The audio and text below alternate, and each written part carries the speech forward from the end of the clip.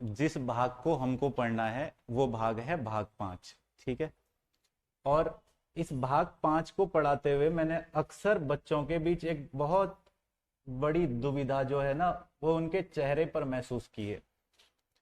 इस भाग 5 को जब जब मैंने क्लास में पढ़ाया या जब जब इसके बारे में डिस्कस किया तो तब तब मैंने देखा है कि बच्चों के चेहरे पर एक चिंता का भाव रहता है।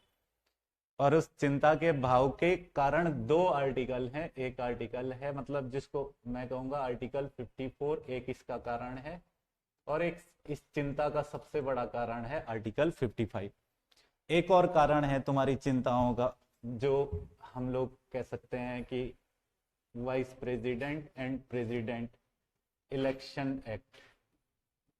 Election act, president and vice president election act, एक कब का है तो 1952। हालांकि 1974 में इसमें पहला संशोधन हुआ, 1977 में इसका दूसरा संशोधन हुआ और 1997 में इसका तीसरा संशोधन हुआ। तो ये तीन मेन चीजें हैं जिसकी वजह से इस भाग में बच्चे को बड़ी दिक्कत रहती है। चर्चा शुरू की जाए, सीधे शुरू किया जाए, है ना। चलो देखो, ध्यान देना आप। कौन सा भाग है ये संविधान का? भाग 5।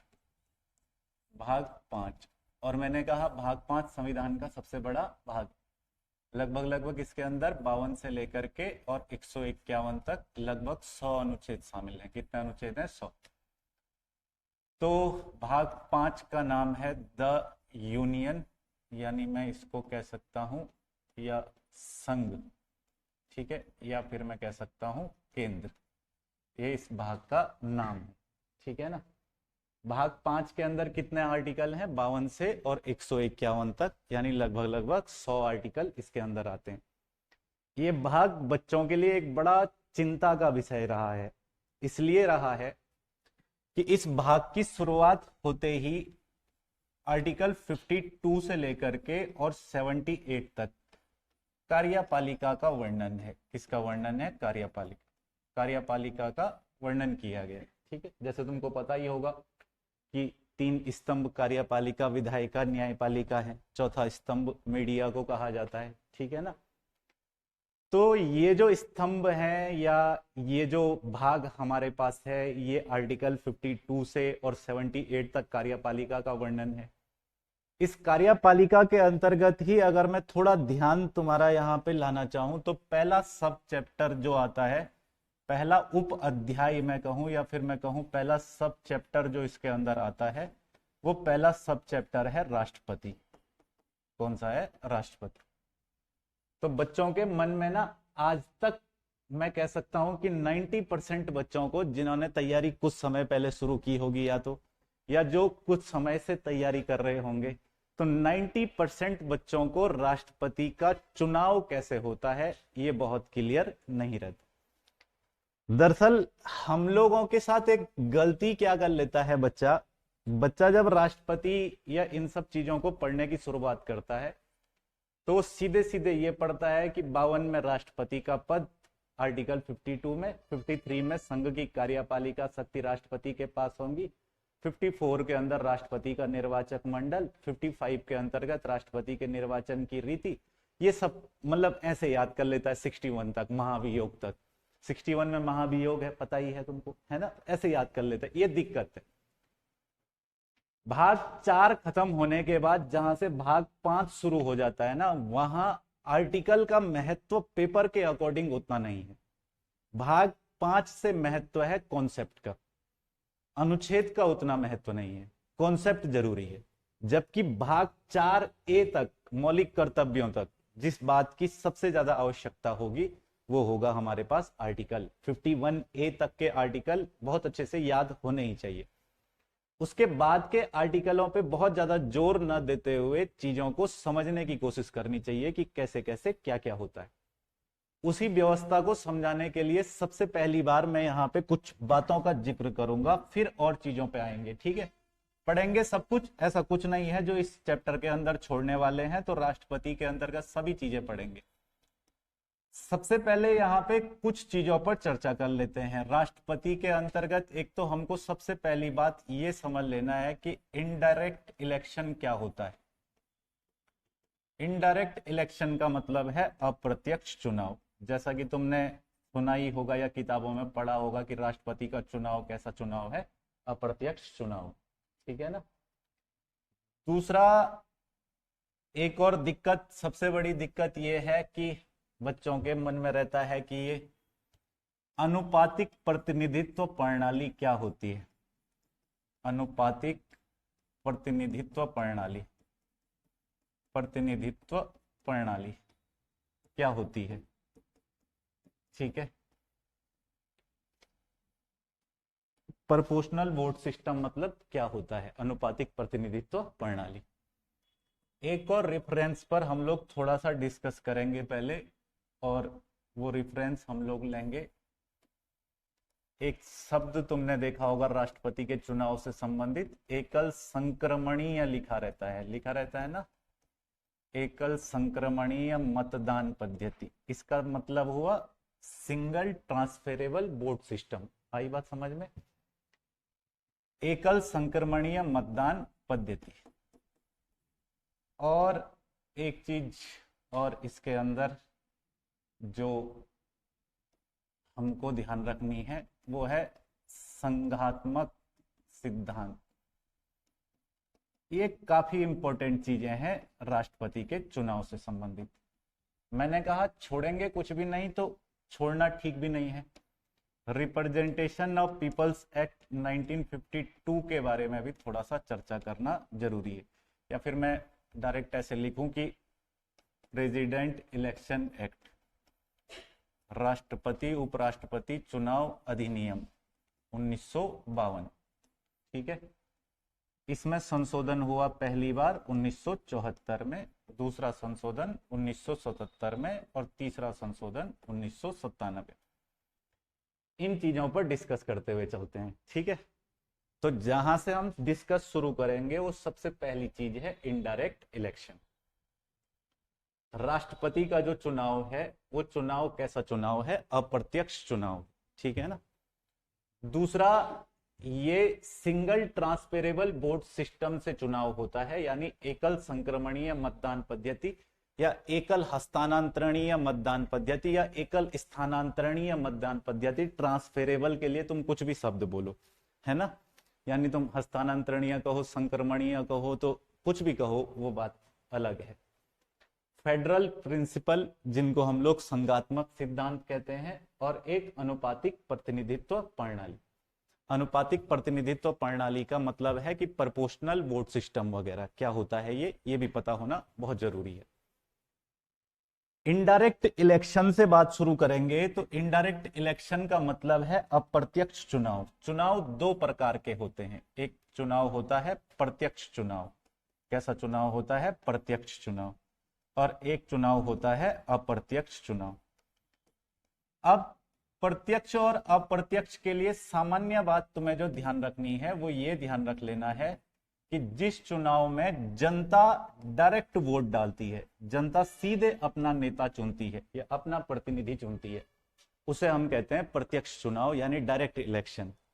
और ऐसा इलेक्शन जिस इलेक्शन में जनता अपना प्रतिनिधि नहीं चुनती है, जनता के द्वारा चुने गए कुछ लोग, जनता के प्रतिनिधि वापस चुनाव करते हैं जनता के लिए कुछ अन्य प्रतिनिधियों का, तो वो हो गया अप्रत्यक्ष चुनाव।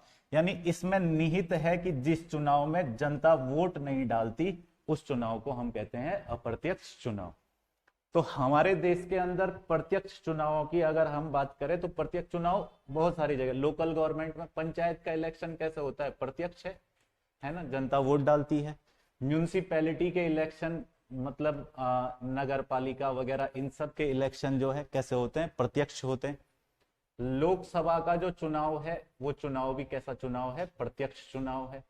राज्यसभा का अप्रत्यक्ष चुनाव है। विधानसभा का चुनाव, किसका चुनाव, विधानसभा, विधानसभा का चुनाव जो है वो भी कैसा चुनाव है, प्रत्यक्ष चुनाव। यानी इन चुनावों में जनता सीधे सीधे वोट डालती है। जिन चुनाव में जनता सीधे सीधे वोट नहीं डालती है उसमें एक तो चुनाव है राष्ट्रपति का, एक चुनाव है इसके अंदर प्रधानमंत्री का। प्रधानमंत्री को भी हम लोग डायरेक्ट वोट नहीं डालते, ये तो पता ही होगा ना सबको। प्रधानमंत्री को वोट कौन डालता है? जो लोकसभा के सदस्य हम चुन करके भेजते हैं। जितनी ज्यादा संख्या जिस पार्टी के एमपी की होगी, उस पार्टी का बहुमत दल की पार्टी जो है लोकसभा में, उसका प्रमुख ही मंत्रिमंडल का प्रमुख बनता है, जिसको प्रधानमंत्री कहते हैं, है ना। तो हम लोकसभा के सदस्यों को वोट डालते हैं और लोकसभा का सदस्य प्रधानमंत्री को चुनता है। हम डायरेक्ट प्रधानमंत्री को वोट नहीं डालते हैं, ठीक है।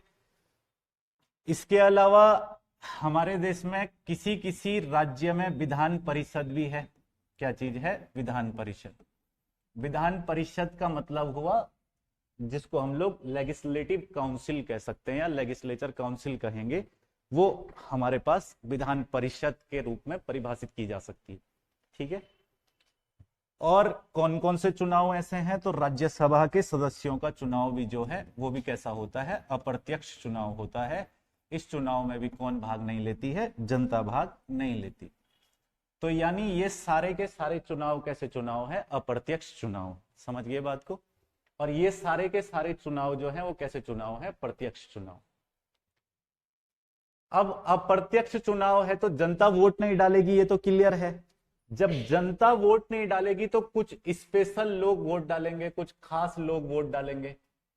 और जो खास लोग इनको वोट डालते हैं, इन लोगों को, राष्ट्रपति को, प्रधानमंत्री को, विधान परिषद को या फिर राज्यसभा के सदस्यों को, इन लोगों को जो खास लोग वोट डालते हैं, इन खास लोगों के समूह को ही हम लोग कहते हैं निर्वाचक मंडल।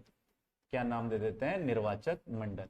यानी जहां कहीं पे भी इनडायरेक्ट इलेक्शन होगा, वहां एक बात तय है कि चुनाव किसके द्वारा होगा? निर्वाचक मंडल के द्वारा। समझने की कोशिश करना, लिखना विखना बाद में, बहुत आसान नहीं है, ठीक है। तो समझ लो पहले, बहुत जरूरी चीजें हैं। निर्वाचक मंडल होगा। जो निर्वाचक मंडल क्या करेगा? निर्वाचक मंडल चुनेगा।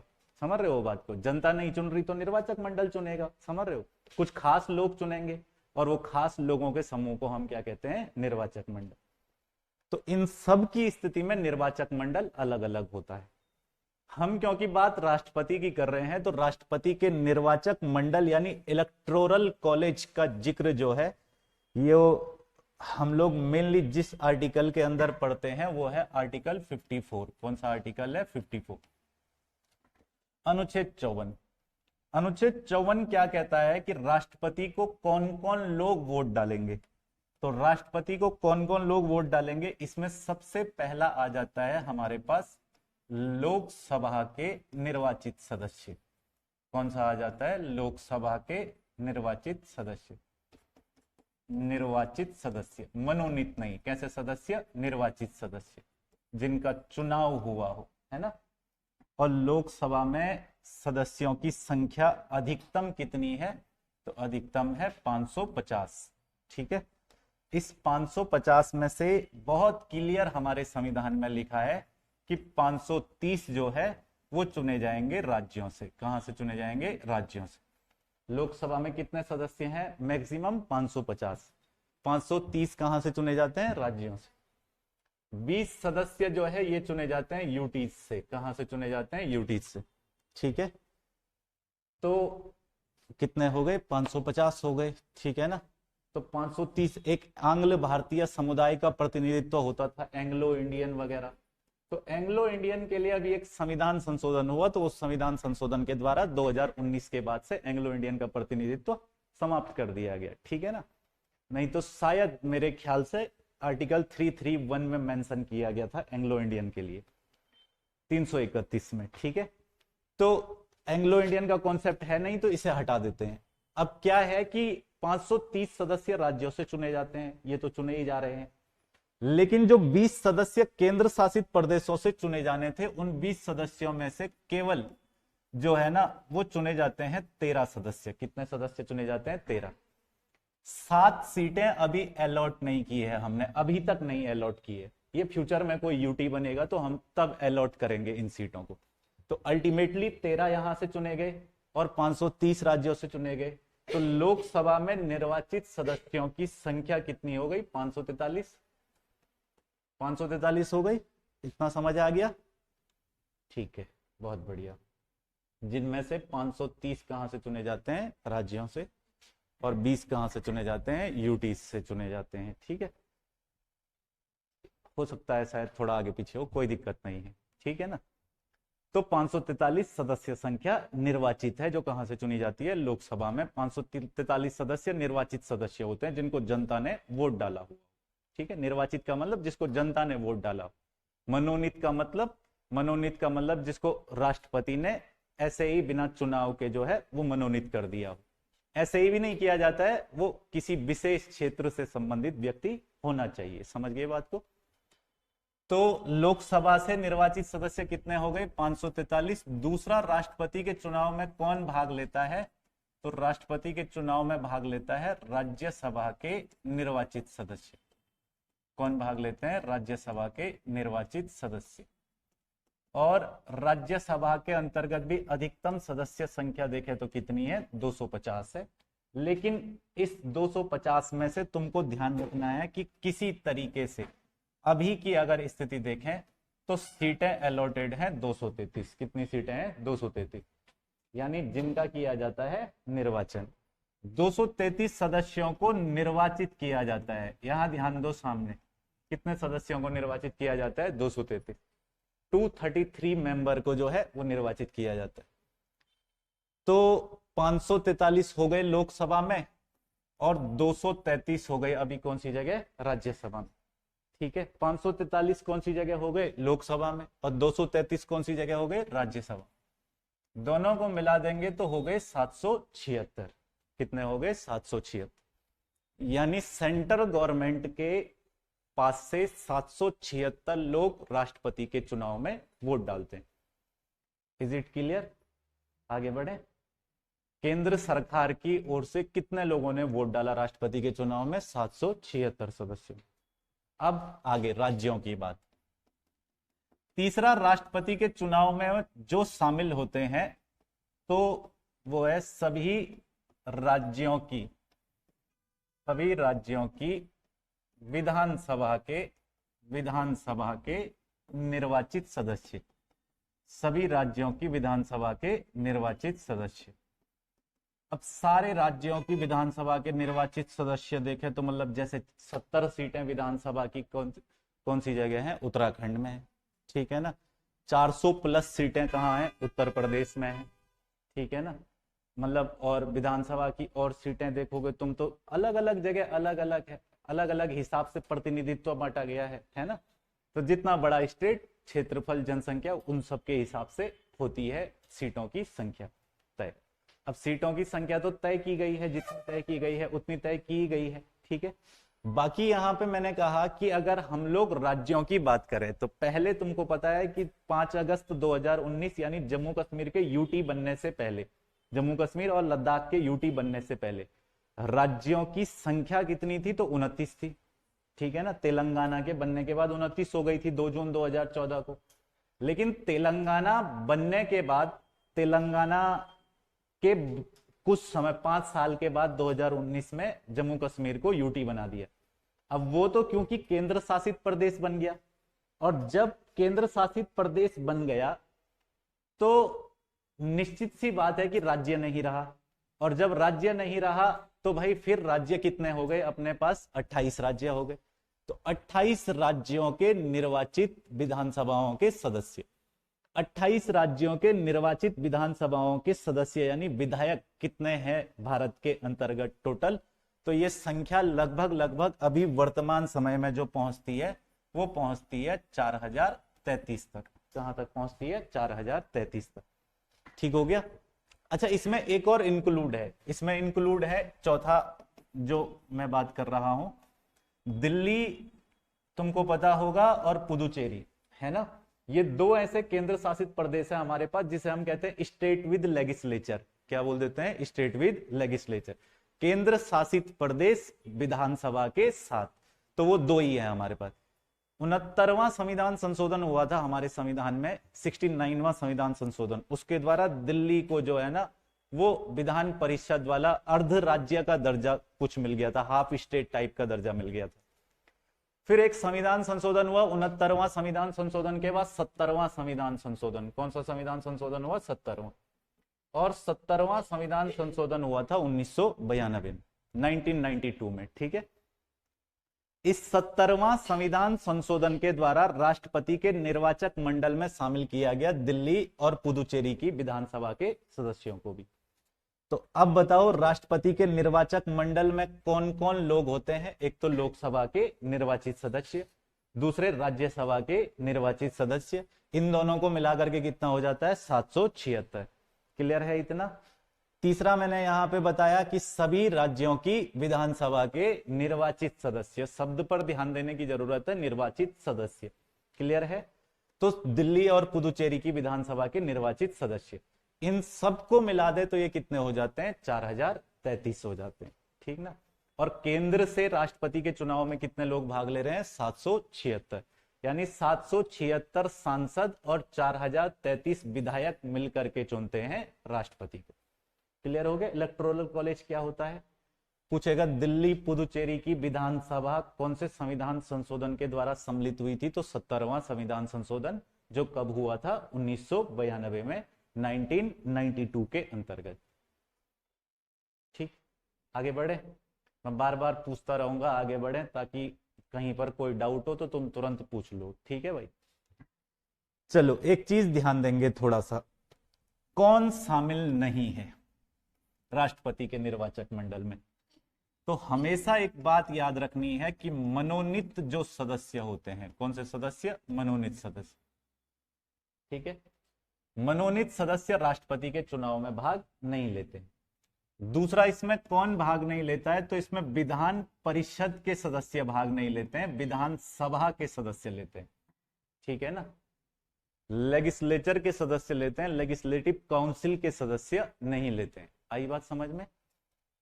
तो ये दो बातें तुमको इसके अंदर ध्यान रखनी है। तो सबसे पहले हम लोगों ने क्या पढ़ा था कि राष्ट्रपति का चुनाव कैसा चुनाव है? अप्रत्यक्ष चुनाव, जिसमें जनता वोट नहीं डालती। और जनता वोट नहीं डालती है तो कुछ खास लोग वोट डालते हैं। उन खास लोगों के समूह को हम क्या बोलते हैं? निर्वाचक मंडल। तो उन खास लोगों को हमने देखा, तो खास लोगों को देख करके हमारे पास ये आया कि ये खास लोग वोट डालते हैं। ठीक है भाई? कितने खास लोग वोट डाल रहे हैं? तो क्या बोलना है? 776 केंद्र से और 4033 राज्यों से। ठीक है ना? तो अब अगर हम लोग देखें तो मतलब ओवरऑल इनकी जो संख्या है वो 4809 के आसपास पहुंच जाएगी दोनों की। ठीक है ना? मिला करके। चलो खैर, ये तो हुई एक बात। इनडायरेक्ट इलेक्शन समझ आ गया होगा, इलेक्टोरल कॉलेज आर्टिकल 54 में इतना ही है, वो समझ आ गया होगा। अब जो भी हम बात करेंगे तो ये मान के चलना कि हम अनुच्छेद 55 की बात कर रहे हैं। किसकी बात कर रहे हैं? 55 की। 54 में जो था वो हम पढ़ चुके हैं अभी तक। 55 में है राष्ट्रपति के निर्वाचन की रीति। ठीक है, राष्ट्रपति के निर्वाचन की रीति। तो निर्वाचन की रीति में अब तुम्हारे पास यहां पर दो तीन चीजें हैं। एक तो मैंने उधर लिख दिया, अनुपातिक प्रतिनिधित्व प्रणाली। तो सबसे मेन टेंशन यही है और सबसे बड़ा पेट दर्द यही रहता है बच्चों का। तो पहले इसका इलाज करते हैं। अनुपातिक प्रतिनिधित्व प्रणाली यानी प्रोपोर्शनल वोट सिस्टम क्या होता है? एक बात मेरे को बताओ कि राज्यों से कितने लोग वोट डाल रहे हैं राष्ट्रपति को? 4033। और केंद्र सरकार की ओर से कितने लोग वोट डाल रहे हैं राष्ट्रपति को? 776, 776। ठीक है, तो आपको ऐसा लग रहा है या नहीं लग रहा है कि यार राष्ट्रपति तो राज्य जिसको चाहेंगे उसको बना देंगे, केंद्र की तो भूमिका ना के बराबर है। समझ रहे हो बात को? तो राज्य तो जिसको चाहेंगे उसको राष्ट्रपति बना देंगे, क्योंकि राज्य के पास मेंबर ज्यादा हैं, वोटर ज्यादा हैं। और अगर राज्यों की मर्जी से राष्ट्रपति चुना जा रहा है तो देश संघात्मक ढांचे वाला देश कैसे हो गया? संघात्मक ढांचे वाला देश तो नहीं हो सकता ना। देश ऐसा कैसे हो सकता है कि जिसमें केंद्र के पास ज्यादा शक्तियां हैं? हमारा देश कैसा है? यूनियन है, जहां केंद्र के पास क्या है? ज्यादा शक्तियां हैं। राज्यों के पास उतनी शक्तियां नहीं है। केंद्र सरकार के द्वारा पारित किया गया कोई भी कानून किसी भी राज्य में लागू हो सकता है। समझ गए बात को? चाहे उस राज्य की विधानसभा या विधान परिषद उस बात को मानने से इनकार कर दे। तो इसका मतलब शक्तियां ज्यादा किसके पास है? केंद्र सरकार के पास।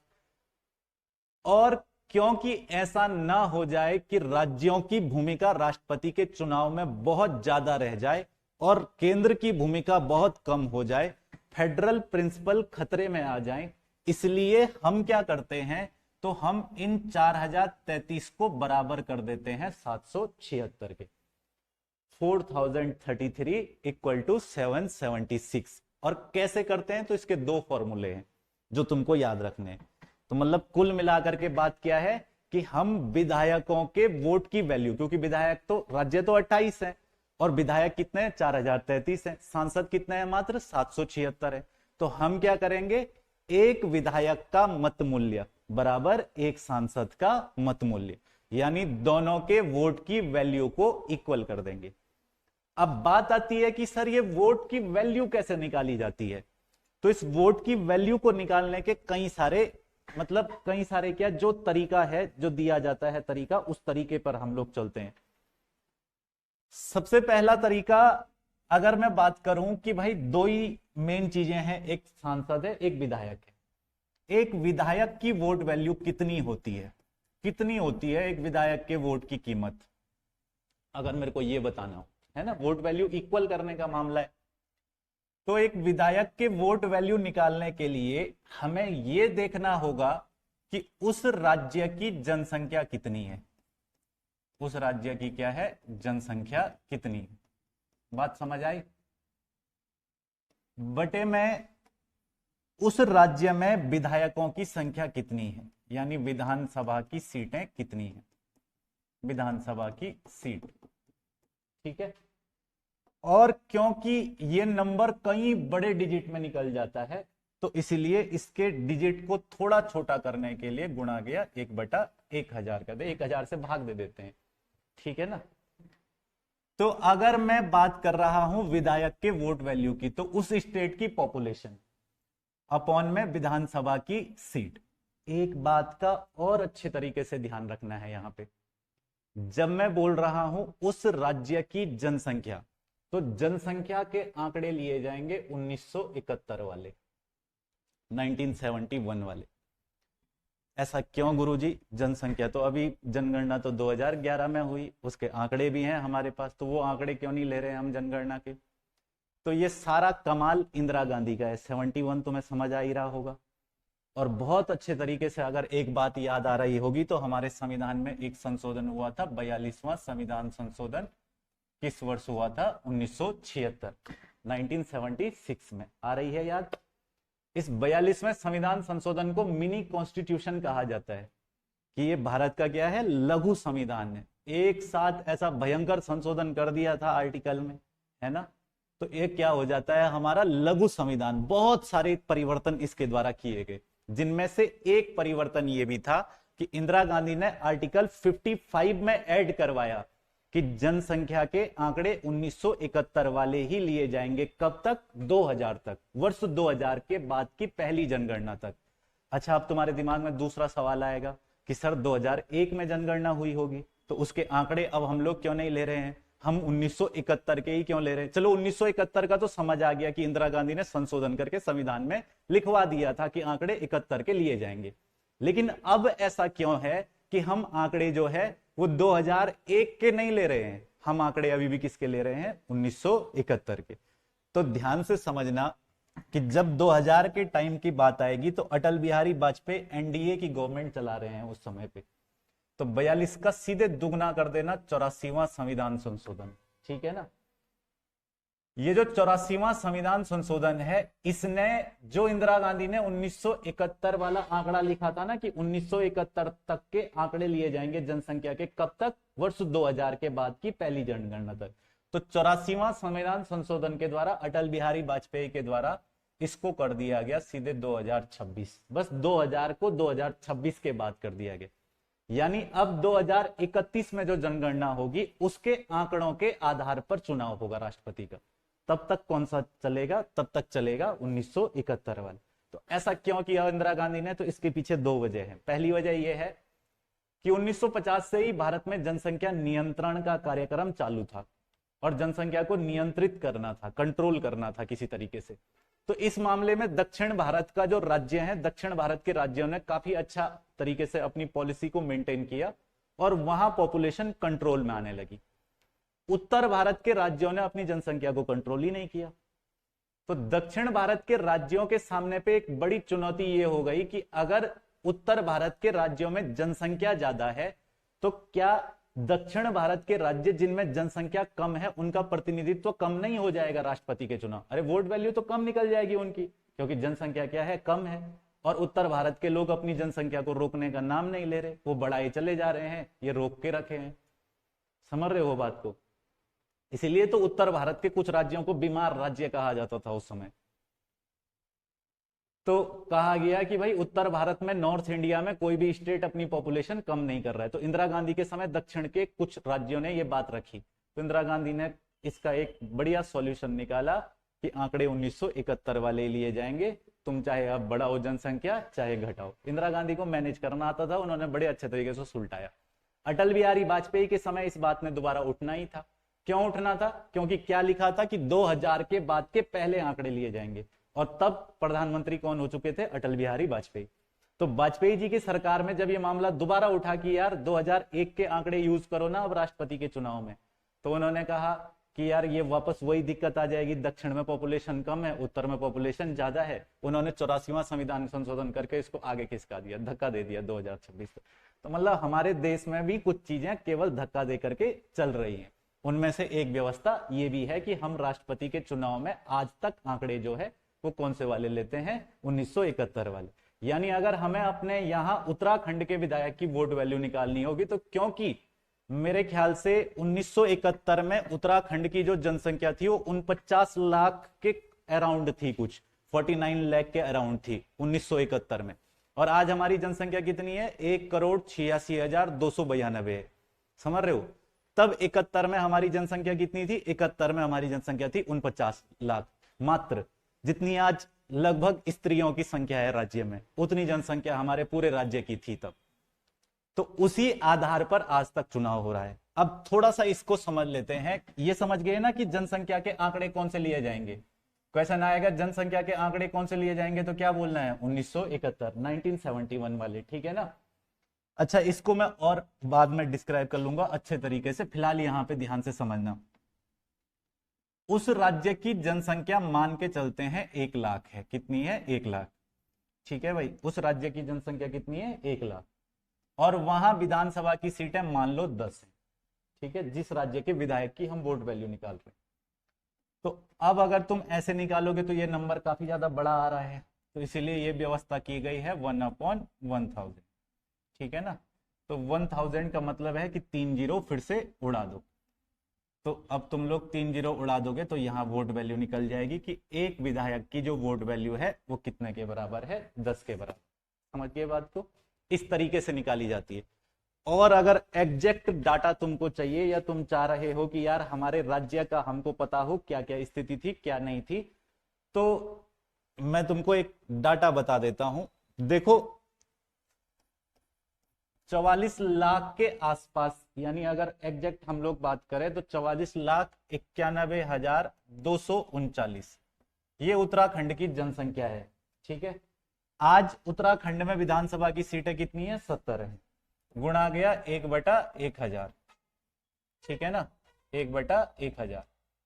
अब क्या करना है मेरे को? 70 से भागा देना है इसको। जब मैं 70 से भागा देता हूं इसको, तो ये कितना आ जाएगा मेरे पास? अगर मैं इसको भागा लगाऊंगा यहाँ पे, कितना आ जाएगा बताओ? भाग देने पर मेरे पास कितना आएगा? ये लगभग 64 के अराउंड आएगा या नहीं आएगा? 64 के अराउंड आएगा लगभग। तो मैंने मान लिया कि हमारे यहाँ जो एक मत मूल्य 64 कुछ आ जाएगा। ये ऐसे पॉइंट के बाद 3 डिजिट तक लेते हैं।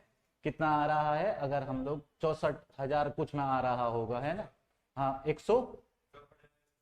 64,160 आ रहा है। ठीक है, मैंने भागा दे करके इसकी वैल्यू निकाल दी, तो ये भागा दे करके वैल्यू निकली 64,160। अब इसको भागा देना है किससे? 1000 से, है ना? तो 1000 से भागा देने का मतलब है कि 64.160। और ये डिसाइड किया गया कि हम पॉइंट के बाद 3 डिजिट तक ही कंसिडर करेंगे। अगर ये 3 डिजिट तक की वैल्यू 500 से ज्यादा है तो इसमें 1 जोड़ देंगे, 64 में 1 जोड़ देंगे 65, और अगर ये जो है 500 से कम है तो ये वैल्यू कैंसल, ठीक है, राउंड ऑफ कर देंगे, मतलब कितना हो गया, 64 हो गया। अब 64 जो है ना वो हमारे यहां एक विधायक के वोट की वैल्यू निकली, कितनी निकली, 64, और हमारे यहां विधायक कितने हैं, 70 विधायक है। यानी अब अगर मैं 64 को 70 से गुणा करूं तो 00 और 39, 4480 हो जाएगा, कितना हो जाएगा, 4480।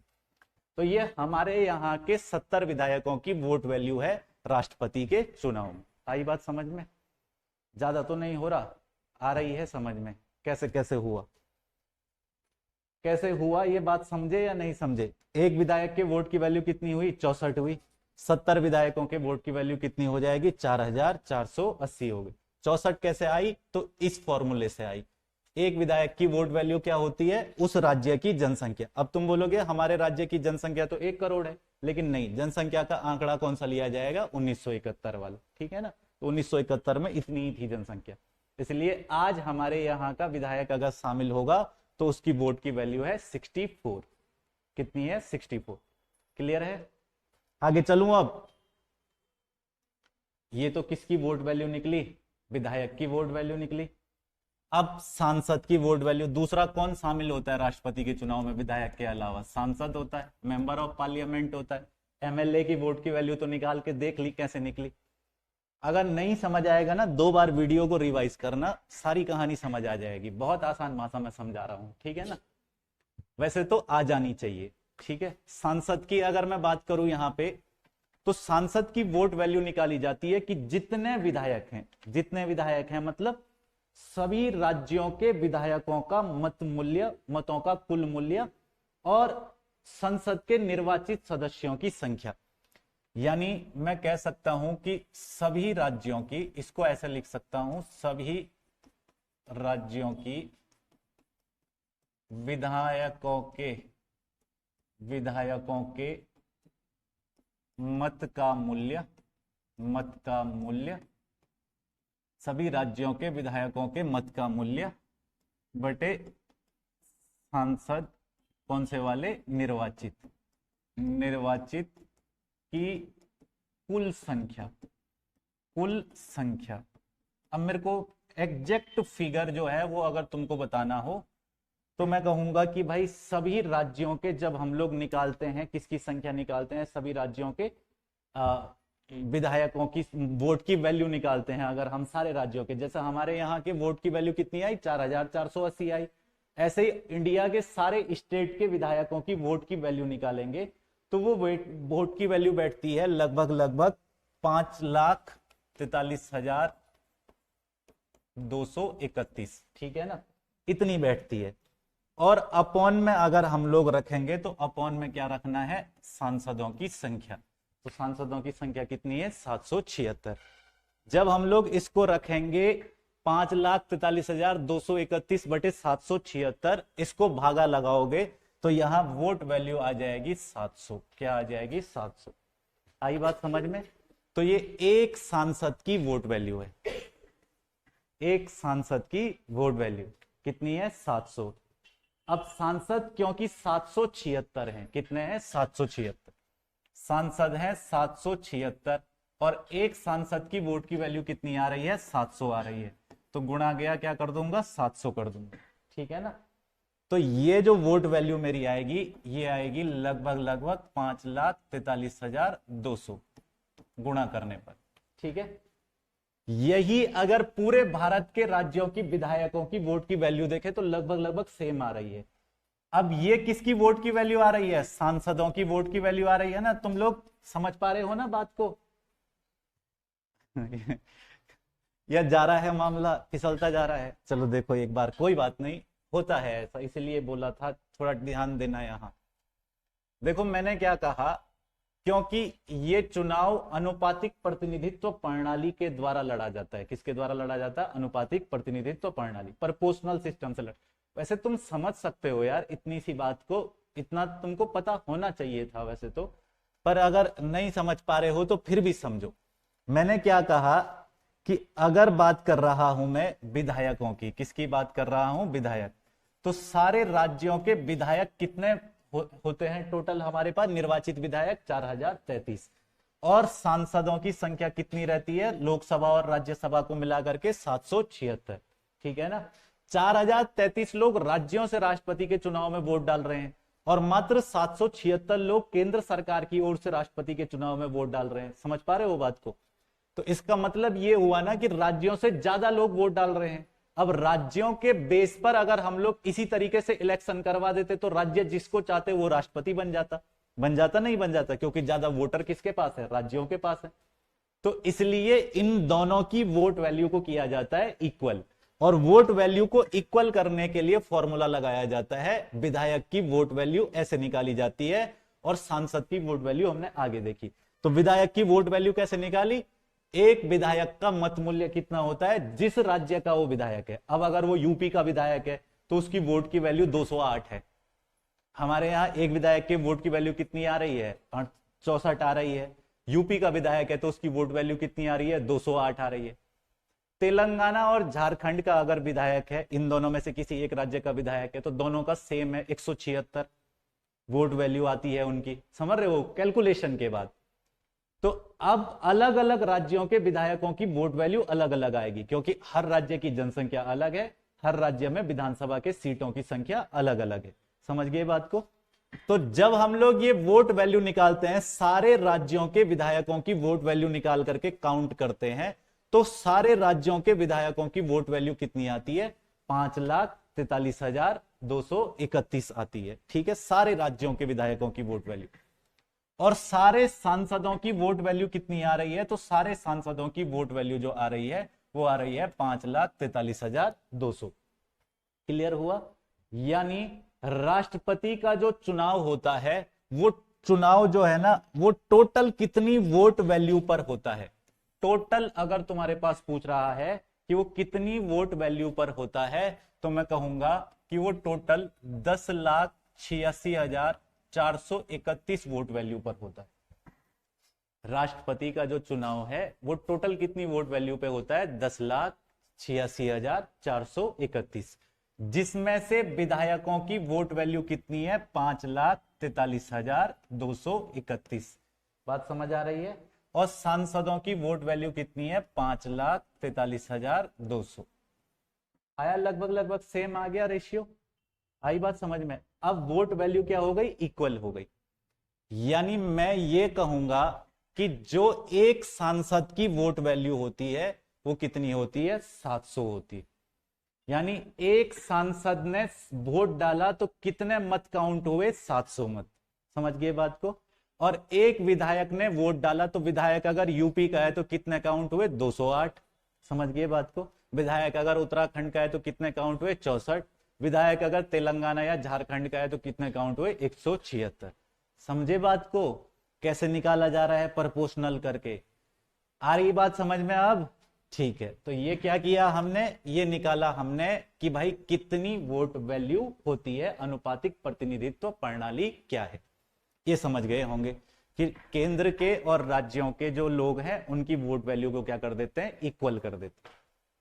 मुझे पता है तुम्हारे लिए ये चीजें कुछ बहुत वैसी सी लग रही होंगी तुमको, तो बहुत ज्यादा लोड नहीं लेना है, एकदम आराम से पढ़ना है। मेरा ये सजेशन उस बच्चे को भी है जो बच्चा वीडियो देखेगा, आराम से पढ़ना, 2-3 बार रिवाइज करना, चीजों को आराम से क्लियर हो जाएगा। समझने की कोशिश करना कि क्या कहना चाह रहा हूं। ठीक है, बहुत अच्छे तरीके से समझ आ जाए। और अगर ये समझ आ गया तो फिर तुम्हारा जो है ना वो बात करने का लेवल ही अलग होगा, क्योंकि तुम्हारे अंदर एक समझ विकसित हो चुकी होगी। ठीक है, तो तब तुम समझ पा रहे होंगे कि क्या व्यवस्था हमारे देश में की गई है। और मेरा मानना है कि राष्ट्रपति के चुनाव के बारे में अगर हम कंपटीशन की तैयारी नहीं भी कर रहे हैं तो भी हमें इतनी बेसिक जानकारियां तो कम से कम हों, है ना। हमें यह पता हो कि राष्ट्र का प्रथम नागरिक जो देश की एकता अखंडता का प्रतीक है उसका चुनाव कैसे होता है। ठीक है भाई, तो ये दो बातें क्लियर हो गई। एक तो इनडायरेक्ट इलेक्शन क्लियर हो गया, दूसरा प्रोपोर्शनल सिस्टम क्लियर हो गया, अनुपातिक प्रतिनिधित्व प्रणाली क्लियर हो गई। अब तीसरी प्रणाली हमारे पास जो आती है इसके अंदर मैंने कहा था वो है एकल संक्रमणीय है ना, संक्रमणीय लिखूं या स्थानांतरणीय लिख देता हूं। संक्रमणीय तुम्हें ज्यादातर लिखा हुआ मिलेगा, लेकिन तुम स्थानांतरणीय लिख दो या हस्तांतरणीय लिख दो, कोई दिक्कत नहीं है। मतदान पद्धति, तो राष्ट्रपति का जो चुनाव है वो किस पद्धति पर हो रहा है? एकल स्थानांतरणीय मतदान पद्धति, इस पद्धति पर हो रहा है। ठीक है, इसके लिए अंग्रेजी में क्या लिखूंगा? इसको अंग्रेजी में लिखूंगा single transferable vote system. Transferable vote system मतलब ये एक ऐसा सिस्टम है, तुम ऐसा समझ सकते हो इसको। मैं इसको थोड़ा सा तोड़ तोड़ करके लिखता हूं। देखो, वोट एकल का मतलब है एक ही बार डालना, ठीक है ना। स्थानांतरणीय का मतलब, ट्रांसफेरेबल का मतलब क्या हुआ कि वही वोट ट्रांसफर किया जा सकता है। वोट एक ही बार डाला, वही वोट क्या किया जा सकता है? ट्रांसफर किया जा सकता है दूसरे कैंडिडेट को। और तीसरी पद्धति, तीसरा क्या है? मतदान पद्धति। अब इस बात को समझो, अगर इलेक्शन एकल स्थानांतरणीय मतदान पद्धति वाला है या एकल मतलब संक्रमणीय मतदान पद्धति वाला है, तो निश्चित सी बात है कि election single past the post वाला नहीं है। या फिर मैं कह सकता हूं, sorry, single past the post नहीं, फर्स्ट पास्ट द पोस्ट वाला नहीं है। कैसा नहीं है? फर्स्ट पास्ट द पोस्ट वाला इलेक्शन नहीं है। अगर इलेक्शन कैसा है? एकल स्थानांतरणीय मतदान पद्धति वाला इलेक्शन है, तो निश्चित जो बात है वो ये है कि फर्स्ट पास्ट द पोस्ट वाला इलेक्शन नहीं है। एक बात समझो, माना किसी जगह चुनाव हुए और 60,000 वोटर वहां हैं, ठीक है ना। कितने वोटर हैं? 60,000 वोटर। चुनाव में 10 लोग खड़े हुए। कितने लोग खड़े हुए? 10। 10 में से एक आदमी को 10,000 वोट मिले। कितने वोट मिले? 10,000। और 10,000 वोट इसको मिले और ये चुनाव जीत गया, क्योंकि बाकी 9 में 50,000 वोट इस तरीके से बटे कि किसी को भी 10,000 से ज्यादा नहीं मिले। मेरी बात सुनना, ध्यान से समझना। ये तो सामान्य बात है ना, समझ पा रहे होंगे। 60,000 वोटर हैं किसी इलाके में, माना सपोज एक क्षेत्र है जहां वोटर कितने हैं? 60,000। 60,000 लोगों ने वोट डाला। 60,000 में से एक आदमी को, मतलब 10 कैंडिडेट उस चुनाव में खड़े हुए थे, और उनमें से एक कैंडिडेट को कितने वोट मिल गए? 10,000 वोट। अब अगर एक कैंडिडेट को 10,000 वोट मिले और बाकी के 9 कैंडिडेट में 50,000 वोट इस तरीके से बट गए कि 10,000 से ज्यादा किसी को नहीं मिले, तो विजेता कौन हुआ? जिसको 10,000 मिले। समझ गए बात को? विजेता 10,000 वाला हुआ। लेकिन इसी बात का दूसरा मतलब यह है कि इसको 60,000 में से केवल 10,000 लोगों ने पसंद किया। चुनाव बहुत कुछ छुपा देता है। मैंने किसी पार्टी के व्यक्ति को वोट डाला, मैंने किसी व्यक्ति को वोट डाला, वो चुनाव नहीं जीता, तो मेरा प्रतिनिधित्व तो गया ना। उस वोट की वैल्यू रह जाएगी? कुछ भी वैल्यू नहीं रह जाएगी। तो हमारे देश में जो election first past the post वाले होते हैं, जैसे पंचायत का इलेक्शन है, जिसको सबसे ज्यादा वोट मिले वो जीत गया, लेकिन उन वोट में पीछे ये सब चीजें काम करती है। 60,000 वोटर थे, उसको मात्र कितने वोट मिले? 10,000। 60,000 में से मात्र 10,000 लोगों ने उसे पसंद किया और वो चुनाव जीत गया। ठीक है, मात्र 10,000 लोगों के पसंद करने से वो चुनाव जीत गया। अब 10,000 लोगों के द्वारा चुना गया व्यक्ति 60,000 लोगों के ऊपर शासन करेगा, 60,000 लोगों का प्रतिनिधित्व करेगा। तो इसलिए हमारे देश में ऐसा होता है कि व्यक्ति चुनाव जीतने के बाद जनता पर बहुत ध्यान नहीं देता। क्यों देगा? क्योंकि उसे पता है कि मुझे चुनाव में वोट कितने लोगों ने डाला? 10,000 लोगों ने, और वोटर कितने थे? 60,000। समझ रहे हो? यानी 50,000 लोगों का तो मुझसे वैसे भी कोई वास्ता नहीं था। समझ पा रहे हो मैं क्या कह रहा हूं? तो कुछ देशों में एक सिस्टम चलता है, जिस सिस्टम को हम कहते हैं लिस्ट सिस्टम। कैसा सिस्टम? List system.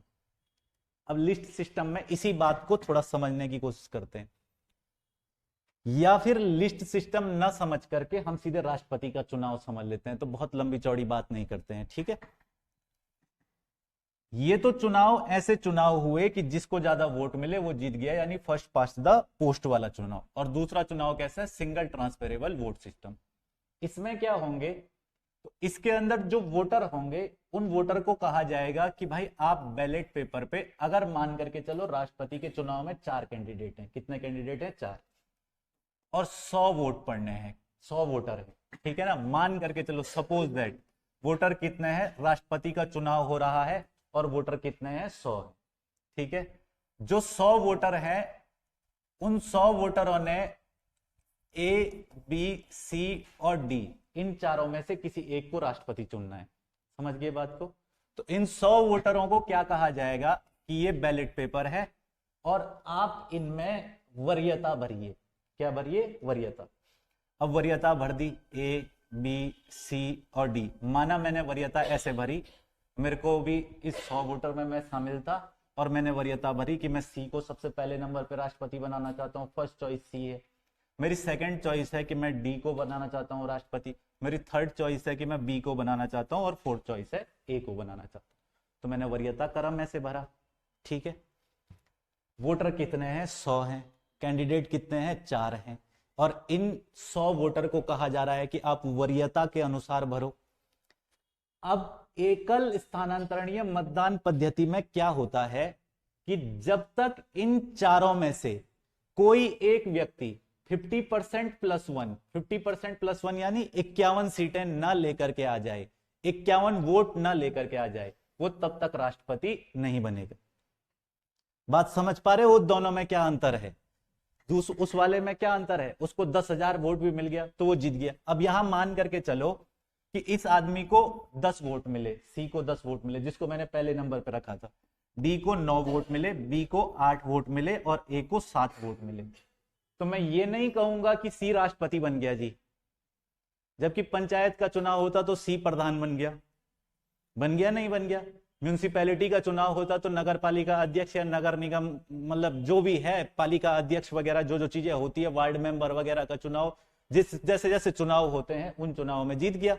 लेकिन ये कौन सा चुनाव है? राष्ट्रपति का चुनाव है। अब क्या होगा? अब मैं देख पा रहा हूं कि सबसे कम वोट किसको मिले हैं? ए को मिले। समझ गए बात को? तो ए इस चुनाव प्रक्रिया से ऑटोमेटिक बाहर हो जाएगा। तो जो 7 वोट ए को मिले थे उन 7 वोटों पर रिकाउंटिंग होगी, जिसको द्वितीय चरण की मतगणना कहते हैं। सुना होगा तुमने कई बार द्वितीय चरण की मतगणना। हमारे देश के इतिहास में द्वितीय चरण की मतगणना वीवी गिरी साहब के समय पे हुई। इंदिरा गांधी के कैंडिडेट थे वो, है ना। तो वो पढ़ाएंगे जब राष्ट्रपतियों के बारे में बताएंगे, फिलहाल समझो। अब कैंडिडेट कितने बचे? 3 बचे, क्योंकि वरीयता सूची दी गई थी। अब देखा जाएगा सबकी वरीयता में कि भाई दूसरे चरण की मतगणना में दूसरे नंबर पर वरीयता में किस किस को रखा है। और फिर माना कि जब दूसरे चरण की मतगणना हुई, उस दूसरे चरण की मतगणना के अंदर जो है ना, ये तो हमने कंप्लीट वोट रखे ही नहीं। माना सी को मैंने पहले नंबर पे रखा था, फिर मैंने क्या कहा? डी को रखा, फिर किसको रखा? बी को, और फिर किसको रखा? ए को। तो 100 वोट हैं तो वोट बराबर बांटने पड़ेंगे ना इनमें। तो मैं मान करके चलता हूं कि 25 वोट किसको मिल गए? सी को मिल गए, ठीक है ना। और 25 वोट मिलने के अलावा इसको मैं मान करके चलता हूं कि भाई इसको कितने मिल गए? 15 वोट मिल गए, ठीक है। इसको मैं मान करके चलता हूं 25 इसको मिले, 15 इसको मिले, इसको कितने मिल जाएंगे? बी को। तो इसको मैं मान करके चलता हूं कि इसको 22 वोट मिले, ठीक है ना। और इसको कितने वोट मिले? ए को। इसको मैं मान करके चल रहा हूं कि इसको 20 वोट मिले, ठीक है ना। सबसे कम किसको मिले? डी को मिले। अब इस तरीके से मिले कि ये 100 नंबर पूरा हो गया, मतलब तुम समझ जाओ, फिलहाल मैं ऐसे ही समझा रहा हूं। इस तरीके से मिले कि इन सबको मिलने वाले वोट कितने पूरे हो गए? 100 पूरे हो गए, जितने वोट डाले गए थे। लेकिन ऐसा नहीं कह सकते कि सी को सबसे ज्यादा वोट मिले तो सी चुनाव जीत गया। सी कब तक चुनाव नहीं जीतेगा? जब तक उसके पास कितने सीट नहीं हो जाएगी? 51 सीटें। और तब तक बार बार क्या होगी? मतगणना होगी। वरीयता में मैंने भरा ही था, तो मेरी पहली वरीयता क्या थी? सी थी। फिर दूसरे चरण की मतगणना होगी, फिर देखा जाएगा कि दूसरे चरण की मतगणना में वरीयता सूची में कौन ऊपर आ रहा है, फिर उसको उस हिसाब से वोट मिलेंगे। और जब तक 51 वोट न लेकर के आ जाएगा इनमें से कोई, तब तक वो राष्ट्रपति नहीं बनेगा। माना द्वितीय चरण की मतगणना हुई और सी को जो है 26 वोट फिर से मिल गए, तो अब सी के पास वोट कितने हो गए? 51 हो गए। तो सी क्या बन गया? मेरा राष्ट्रपति बन गया। समझ गए बात को? तो इन दोनों पद्धतियों में अंतर समझ पाए? क्या अंतर है? समझ पाए या नहीं समझ पाए? आ रही बात समझ में? मेरे को ऐसा क्यों लग रहा है कि बिल्कुल नहीं आ रही? फर्स्ट पास्ट द पोस्ट में क्या होता है कि अगर 60,000 वोटर हैं, कितने वोटर हैं? 60,000 वोटर, और 10 कैंडिडेट हैं, कितने लोग चुनाव लड़ रहे हैं? 10। इन 10 में से एक को 10,000 वोट मिले, कितने वोट मिले? 10,000। और बाकी के 9 को जो वोट मिले वो सबको 10,000 से कम कम वोट मिले, सबको 10,000 से क्या मिले? कम वोट। अब 10,000 से कम वोट 9 कैंडिडेट को मिले, तो जिसको 10,000 वोट मिले वो चुनाव जीत गया। सामान्यतः प्रत्यक्ष चुनाव में ऐसा ही होता है, जितने प्रत्यक्ष चुनाव होते हैं उनमें यही होता है। अप्रत्यक्ष चुनाव में क्या होता है कि उसको कोटा पूरा करना पड़ेगा, और कोटा क्या होता है? 50% + 1। 50% + 1 का मतलब क्या है? 50% और 1, ठीक है ना, वोट पूरा करना पड़ेगा। तो 50% और 1 माना 100 लोग उस चुनाव में शामिल हुए, समझ गए बात को। और चुनाव कैसा है? एकल स्थानांतरणीय मतदान पद्धति का चुनाव है। तो क्या होगा? अब होगा ये कि इस चुनाव के अंतर्गत चुना कौन सा व्यक्ति जाएगा? जो पहले 51 वोट प्राप्त कर लेगा। समझ रहे हो बात को? चाहे अगर मान करके चलो कि भाई A B C D candidate में से 51 वोट पहले चरण में किसी को नहीं मिले, तो कोई भी राष्ट्रपति नहीं बना। समझ गए बात को? फिर जिसको सबसे कम मिले होंगे वो प्रक्रिया से ही बाहर हो जाएगा। फिर जितने वोट उसको पड़े थे उन वोटों पर रिकाउंटिंग होगी, और रिकाउंटिंग होगी तो माना फिर भैया रिकाउंटिंग में सी को सबसे कम पड़े, अभी भी 51 नहीं पड़े किसी को भी नहीं, ठीक है, तो सी प्रक्रिया से बाहर हो गया। अब कौन रह गया? बी और ए रह गए, 2 कैंडिडेट रह गए। 2 कैंडिडेट में क्या होगा? वोट दोबारा से गिने जाएंगे। जब दोबारा से रिकाउंटिंग होगी तो रिकाउंटिंग में भैया एक कोई ना एक तो ले ही आएगा, है कि नहीं है? तो एक को जिसको मिलेगा वो अगला बाहर हो जाएगा, लास्ट जो बचा वो क्या बन जाएगा? राष्ट्रपति बन जाएगा। समझ गए बात को? क्या होता है सिंगल ट्रांसफरेबल वोट सिस्टम, और क्या होता है first past the post system.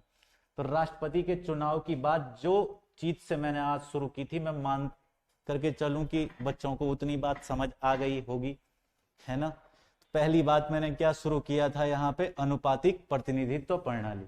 ये समझ लिया किसको कहते हैं अनुपातिक प्रतिनिधित्व प्रणाली। अगर ना समझ आए तो 2 बार वीडियो देखना, 3 बार वीडियो देखना, इतना आसान है भी नहीं कि एकदम समझ आ जाए, समझ रहे हो? बार बार रिवाइज करना तब समझ आ जाएगा, ठीक है। अगर इतना आसान होता तो फिर बात ही क्या थी, समझ रहे हो? एक तो इलेक्शन है, दूसरा इनडायरेक्ट इलेक्शन, इलेक्टोरल कॉलेज वगैरह, निर्वाचक मंडल समझ आ गया होगा। अप्रत्यक्ष प्रत्यक्ष चुनाव समझ आ गए होंगे किसको कहते हैं, कौन कौन प्रत्यक्ष चुनाव है, कौन कौन अप्रत्यक्ष है, ये समझ लेना। तीसरा मैंने एकल संक्रमणीय मतदान पद्धति तुमको समझाई, ये 3 बातें समझाई। चौथा एक एक्ट मैंने यहाँ पे लिया था, वो एक्ट है पीपल रिप्रेजेंटेशन एक्ट। तो थोड़ा इस पे चर्चा कर लें। People representation act, president election act 1952, ठीक है। तो ये एक्ट बेसिकली बनाया किस लिए गया? तो हमारे पास एक आर्टिकल है 71, उसका एक क्लॉज है क्लॉज 4, 71 का क्लॉज 4, ठीक है, कार्यपालिका के अंतर्गत ही अनुच्छेद है। 71 के क्लॉज 4 में क्या लिखा है? 71 के क्लॉज 4 में लिखा है कि राष्ट्रपति उपराष्ट्रपति के चुनाव से संबंधित विधि बनाने का अधिकार संसद के पास होगा। Did you understand what I am saying?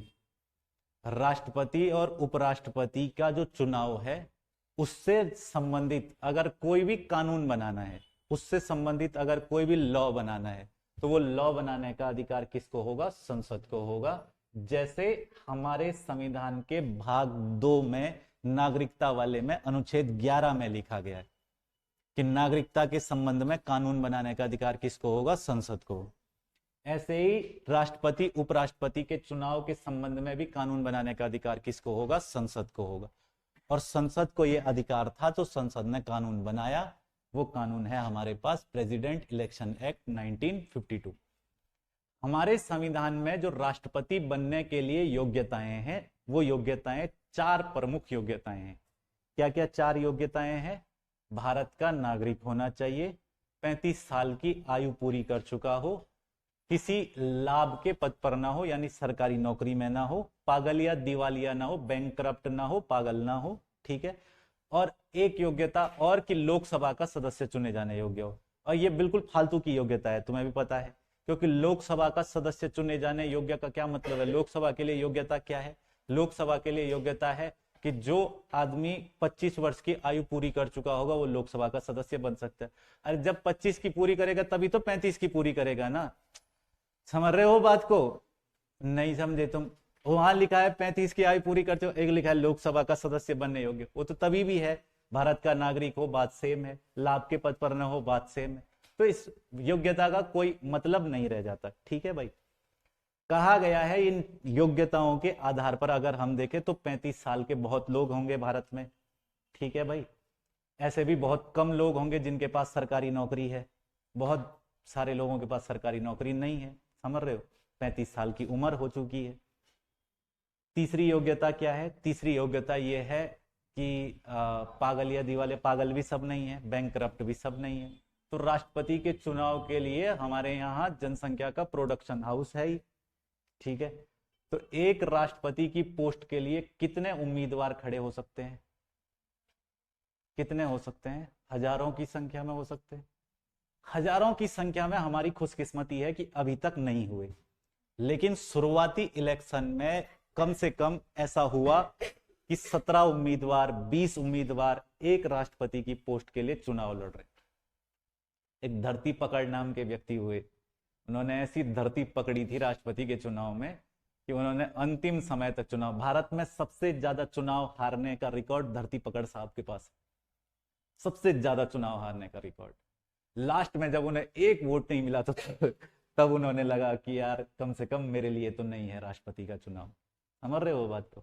ऐसे अगर 35 साल का मैं हो जाऊं कल को, और कल को मैं भी चला जाऊं कि मुझे राष्ट्रपति बना दो साहब, ठीक है, तो राष्ट्रपति के पोस्ट के लिए कुछ ना कुछ स्पेशल एलिजिबिलिटी तो होनी चाहिए। तो ये महसूस हुआ संसद को, और संसद ने इसलिए ये कानून बनाया जिसको हम कहते हैं प्रेसिडेंट इलेक्शन एक्ट 1952। इस एक्ट में 74 में कहा गया था कि जो आदमी प्रेसिडेंट का चुनाव लड़ेगा, यानी राष्ट्रपति का चुनाव लड़ेगा, उसके पास 2 अनुमोदक और 2 प्रस्तावक होने चाहिए। यानी 2 ऐसे व्यक्ति होने चाहिए जो ये लिख करके खुद दें कि हम इसको राष्ट्रपति बनाना चाहते हैं, और 2 उस बात को सपोज करें। मतलब पहले सेकंड करें, प्रपोज करना और सेकंड करना, दोनों चीजों के लिए 4 लोग होने चाहिए, और ये दोनों अलग अलग होने चाहिए, चारों अलग अलग होने चाहिए। और ये 4 लोग कौन होंगे? जो राष्ट्रपति के चुनाव में भाग लेने वाला निर्वाचक मंडल है उनमें से। तब भी बहुत बड़ी संख्या थी, तो तब 77 में हुआ कि भैया, मतलब यहां हुआ था पहले 10-10 होंगे 74 में, फिर हुआ कि भैया 10-10 होंगे 77 में, फिर 74 में हुआ 10-10 होंगे, 77 में हुआ कि 20 मतलब प्रस्तावक होने चाहिए और 20 अनुमोदक होने चाहिए राष्ट्रपति का चुनाव जो लड़ेगा। 97 में कर दिया कि जो राष्ट्रपति का चुनाव लड़ेगा उसके बाद 50 अनुमोदक और 50 प्रस्तावक होने चाहिए। यानी 100 लोगों से लिखवा करके जब लाएगा कि हम इसको राष्ट्रपति बनाना चाहते हैं, कम से कम 100 लोग खुद लिख करके देंगे। जब कौन 100 लोग? जो वोट डालेंगे उनमें से 100 लोग खुद लिख करके देंगे कि हम इस आदमी को राष्ट्रपति बनाना चाहते हैं, तब चुनाव लड़ सकते हैं राष्ट्रपति का, नहीं तो नहीं लड़ सकता है। समझ रहे हो बात को? तो ये काम किया इस एक्ट ने, इसलिए लाया गया ये एक्ट। तो कोई बात अगर संविधान में लिखी गई है तो वो सर्वोपरि है, अंतिम बात है। संविधान में नहीं लिखी होगी तो किसी एक्ट में लिखी होगी, जैसे कि यहां लिखा है। योग्यता संविधान में सारी नहीं लिखी है, एक योग्यता यहां भी लिखी है कि 50 अनुमोदक 50 प्रस्तावक चाहिए। ठीक है, तो योग्यताएं एक्ट में लिखी है, एक्ट में नहीं लिखी होती तो कहीं रूल में होती, कहीं रेगुलेशन में होती, किसी बाउंडेशन में होती। समझ रहे हो बात को? लेकिन कहीं ना कहीं लिखा होता, और ये बात लिखी गई है प्रेसिडेंट इलेक्शन एक्ट 1952 के द्वारा। बात समझ आई सबको इतनी? ठीक है, उम्मीद है समझ आ ही जाएगी। और मतलब मैं बड़ी दुविधा में हूं कि कितनी आई कितनी नहीं आई, तो तुम लोग इस चीज को 1-2 बार रिवाइज करके और फिर बताना मेरे को कल तक। ठीक है, अगर इतनी बात समझ आ गई। अभी हमने 2 आर्टिकल पढ़े हैं, आर्टिकल 54 और आर्टिकल 55। ठीक है, अभी मैंने और कुछ नहीं पढ़ाया है, तो 2 आर्टिकल पढ़ाए हैं बस, और बाकी के आर्टिकल आगे पढ़ेंगे। समझ रहे हो बात को? बस आज की इस धारावाहिक को यही समाप्त करते हैं। अपने अपने प्रश्न बताओ फटाफट से, जो भी डाउट है जल्दी से।